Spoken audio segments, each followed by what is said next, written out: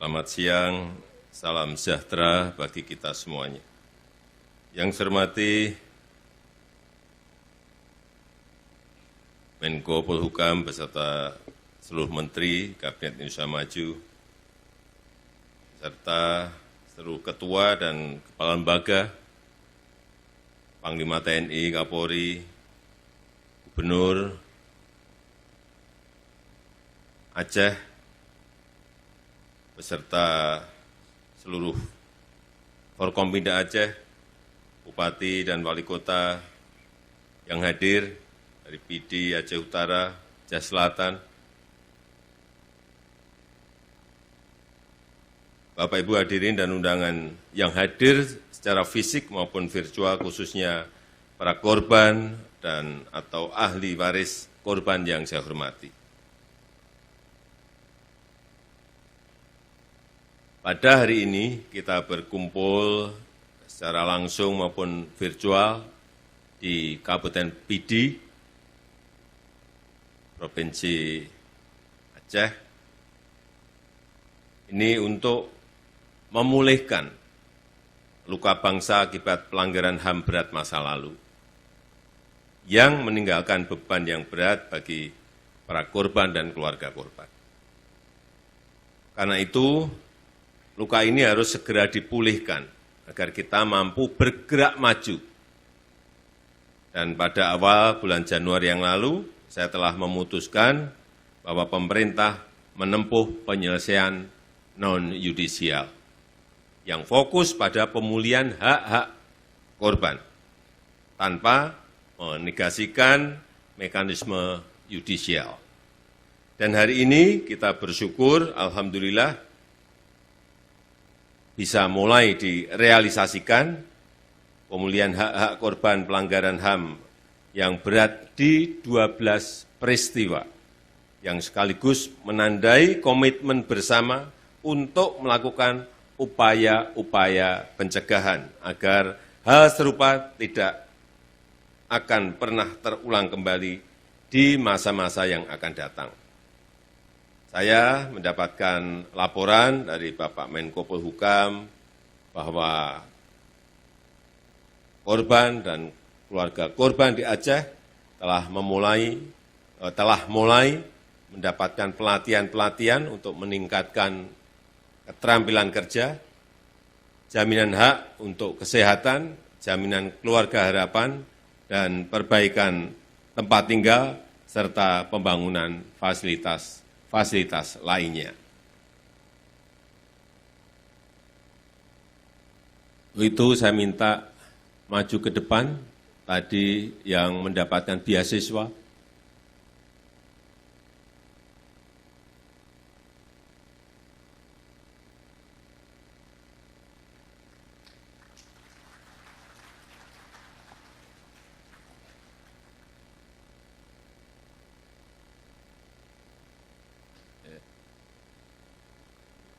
Dekat-dekat sini, nggak usah takut. Ya, dikenalkan nama. Perkenalkan, nama saya Akbar Maulana. Akbar Maulana. Panggilannya Maulana atau Akbar? Akbar. Panggilannya Akbar. Akbar sekarang kelas berapa? Kelas 2 SMK. Kelas 2 SMA. SMK. 2 SMK. Kelas Ya, Pak. 2 SMK. Di PD? Di Nisam. Di? Utara, Pak. Oh, di Nisam Aceh Utara. Oh, di Nisam Aceh Utara. Bisa menceritakan sedikit mengenai peristiwa yang ada? Entah dari cerita orang tua atau cerita dari tetangga. Cerita tentang peristiwa Simpang KKA ya. Iya, cerita mengenai peristiwa di Simpang KKA. Oh, ini peristiwanya yang Simpang KKA. Ya, silakan. Dikit aja apa yang Akbar tahu.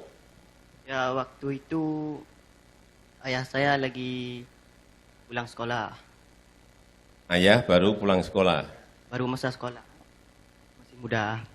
Oh, masih muda, masih sekolah. Terus, kelas berapa itu? Kelas. Nggak tahu. Nggak tahu.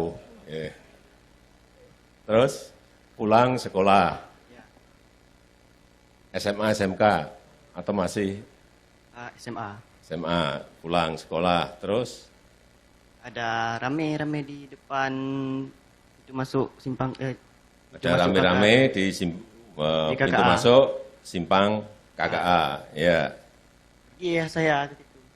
Pergi, Ayah Akbar ngapain pergi ke sana? Kan rame-rame ikut. Rame-rame ikut, gitu aja. Penasaran Ya, Bapak. penasaran, gitu. Terus, ini yang cerita seperti ini siapa yang memberitahu? Bapak. Bapak? Oke, terus? Ya ditembak ya.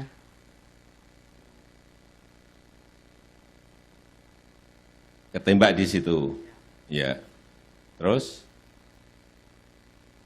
Akbar lahir. Gimana? Ceritanya gimana?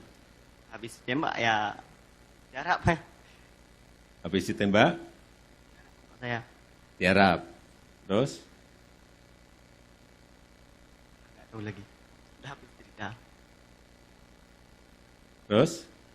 Kan nggak semua dicerita, mana tahu saya. Tidak semua diceritakan sehingga nggak tahu. Ya. Berarti peristiwa ini sudah berapa tahun? Akbar saat itu Belum lahir. oh belum lahir. Bentar.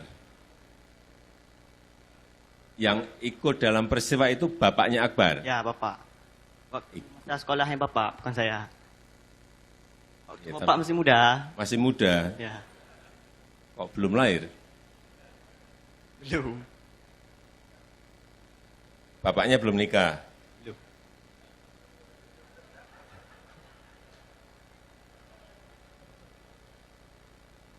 Oke. Nah. Terus ini dapat beasiswa apa ini? Beasiswa sama jaminan kartu Indonesia Sehat. Iya. Beasiswa untuk sekolah di SMK Ya. plus universitas. Ya, Universitas juga. Ya masuk. Iya. Iya. Iya. Saya kan belum ngecek ini apa dapatnya apa. Beasiswa SMK dan universitas. Karena Pak Menterinya nggak ada, saya nggak bisa tanya. Pak Menko betul? Betul. Ya, apa yang ingin Akbar sampaikan di majelis ini? Nggak ada. Nggak tahu lah. Nggak tahu, ya udah, selamat. Udah. Terima kasih Akbar, makasih. Ini. Kasih. Saya masih belum nangkep. Ya. Kemudian pada siang hari ini juga hadir 2 orang dari Rusia dan juga dari Ceko, yaitu Bapak Suryo Martono, ini dari Ceko, dan juga Bapak Sudaryanto Priyono dari Rusia. Boleh naik ke panggung, Pak? Beliau ini datang jauh dari Ceko dan dari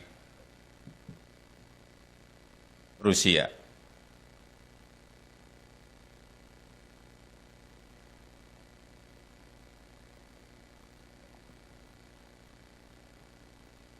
Yang saya tangkap, saya belum berbicara dengan beliau-beliau ini banyak, baru ketemu di sini. Yang saya tangkap saat itu ada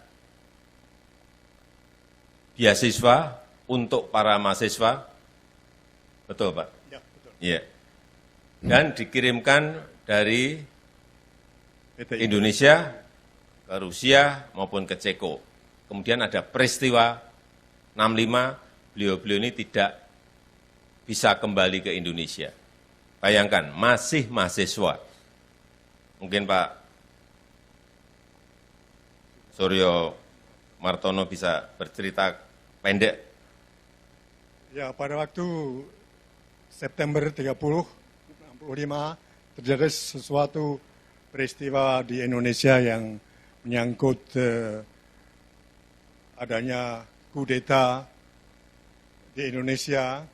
Dan apa yang kita terima adalah bahwa kudeta itu didalangin oleh Bung Karno. Dan buat saya pribadi itu sangat tidak masuk akal. Sebab Bung Karno waktu itu sudah menjadi presiden dan dengan kedudukan yang kuat. Pak Suryo saat itu umur berapa? Saya waktu itu umur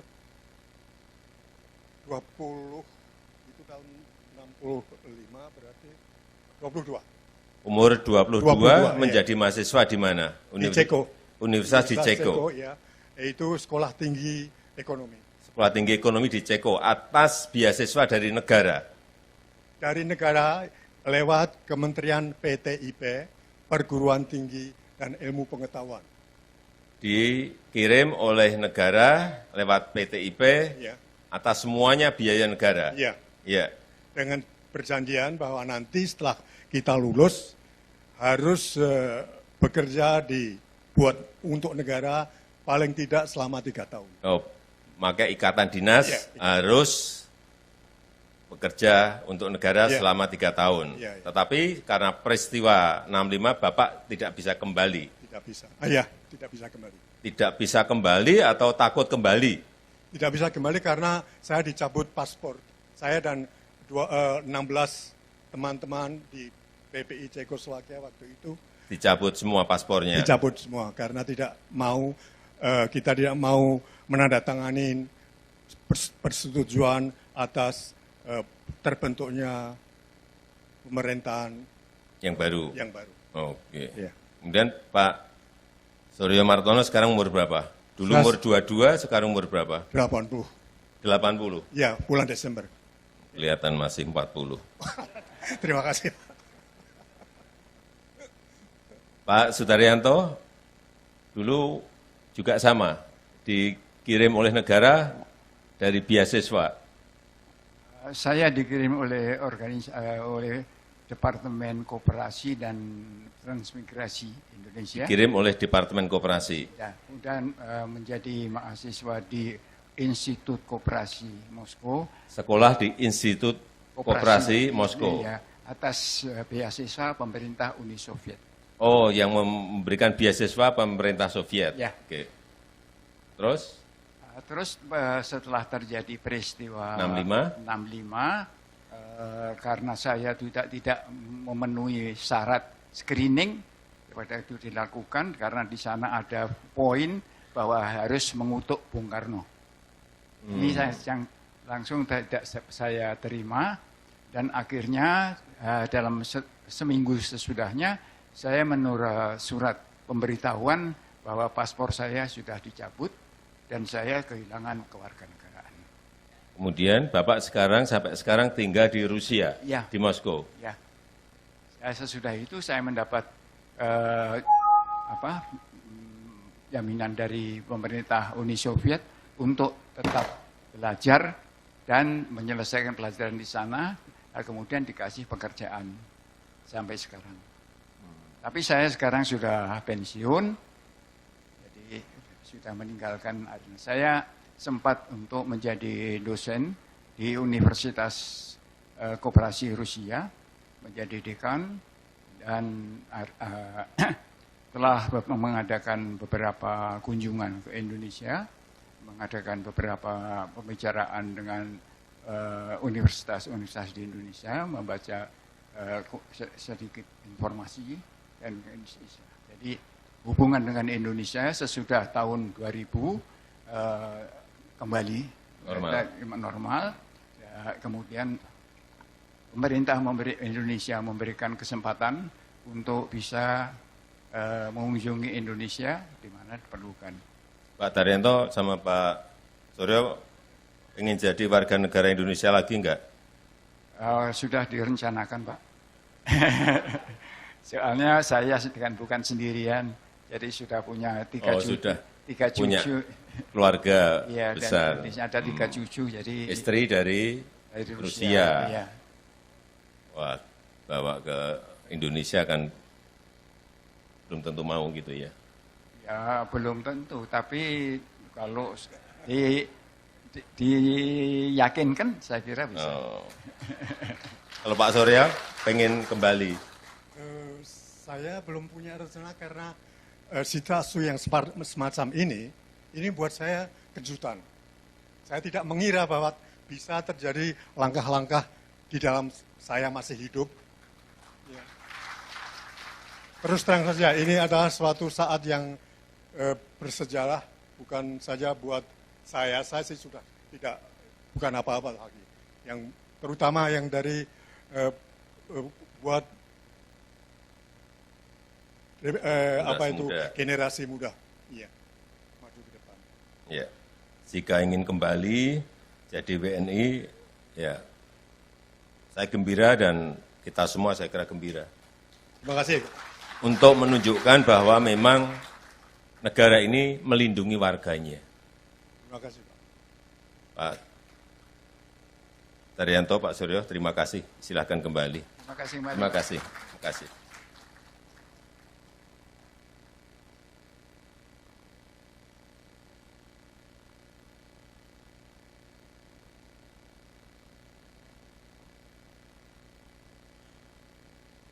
Ya, negara kita Indonesia memang negara besar, jadi ada peristiwa yang mengikuti juga. Kadang-kadang peristiwanya baik, tetapi juga ada yang tidak baik. Dan saya kira normal di negara-negara lain juga pasti memiliki sejarah-sejarah seperti itu. Oleh sebab itu, sekali lagi, pemerintah memiliki niat yang tulus atas rekomendasi dari BPHAM untuk menyelesaikan pelanggaran hak asasi manusia berat di negara kita Indonesia.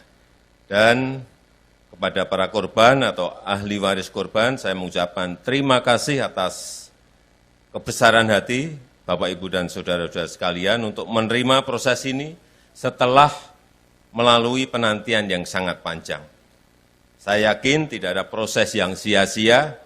Semoga awal dari proses yang baik ini menjadi pembuka jalan bagi upaya-upaya untuk menyembuhkan luka-luka yang ada. Awal bagi terbangunnya kehidupan yang adil, damai, dan sejahtera di atas pondasi perlindungan dan penghormatan pada hak-hak asasi manusia dan kemanusiaan. Saya rasa itu yang ingin saya sampaikan, dan dengan mengucap Bismillahirrahmanirrahim pada siang hari ini, secara resmi saya luncurkan program pelaksanaan rekomendasi penyelesaian non-judisial pelanggaran hak-hak asasi manusia HAM berat di Indonesia. Terima kasih. Jangan lupa subscribe ya.